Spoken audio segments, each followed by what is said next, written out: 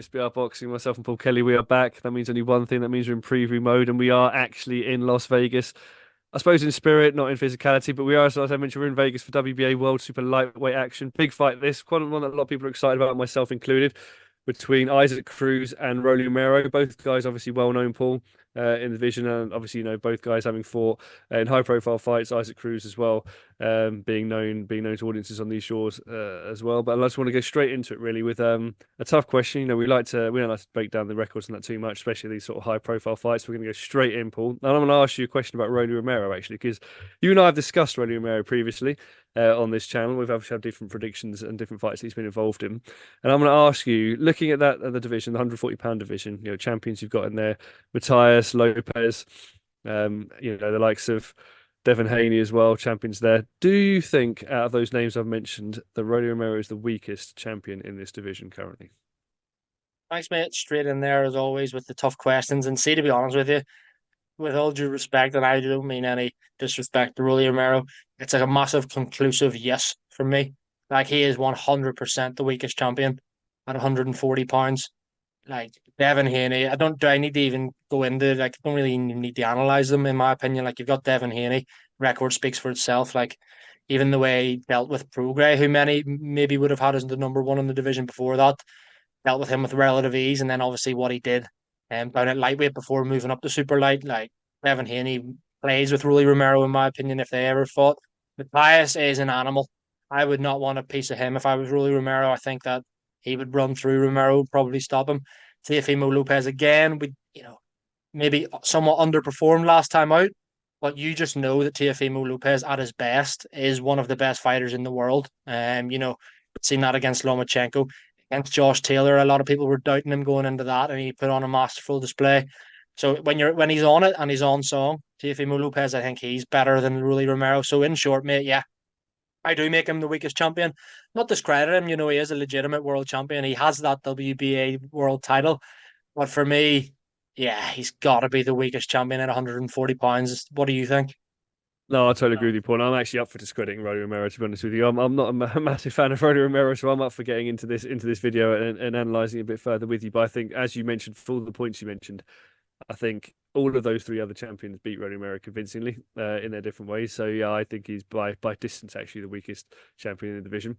But coming into this fight, obviously with Isaac Cruz. So Isaac Cruz, obviously 25-2 record, 17 KOs.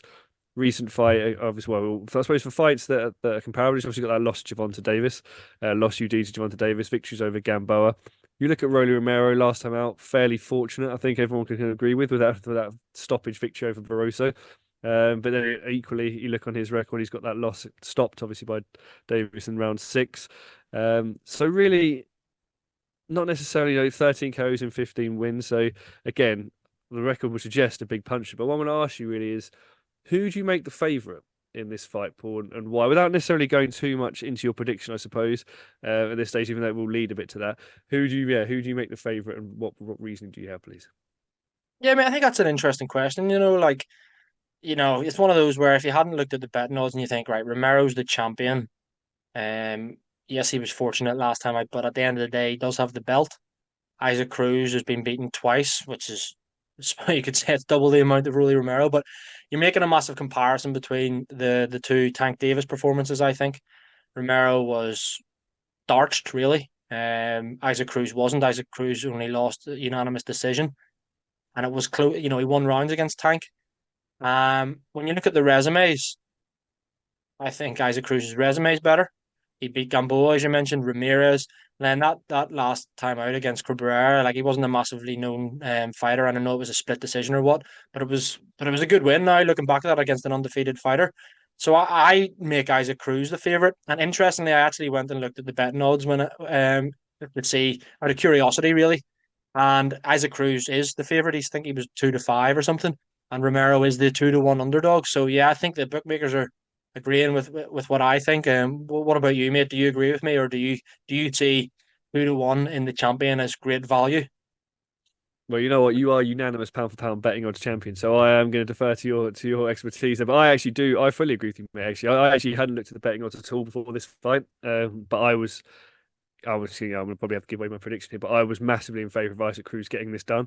And the reason I I say that is everything you've also mentioned. I think obviously the performances against Davis, you can take I suppose the different approaches, and like you say, Romero got sort of obviously got stopped. It was the manner of defeat, I think, as well, like the manner and class between that and obviously how Tank fought against Isaac Cruz, and also again, don't get me wrong, like Gamboa, right, not the freshest, granted, but still to come through that, obviously stopping Gamboa. You look at that, you look at the Cabrera victory as well, unbeaten fighter. I think his CV is stronger.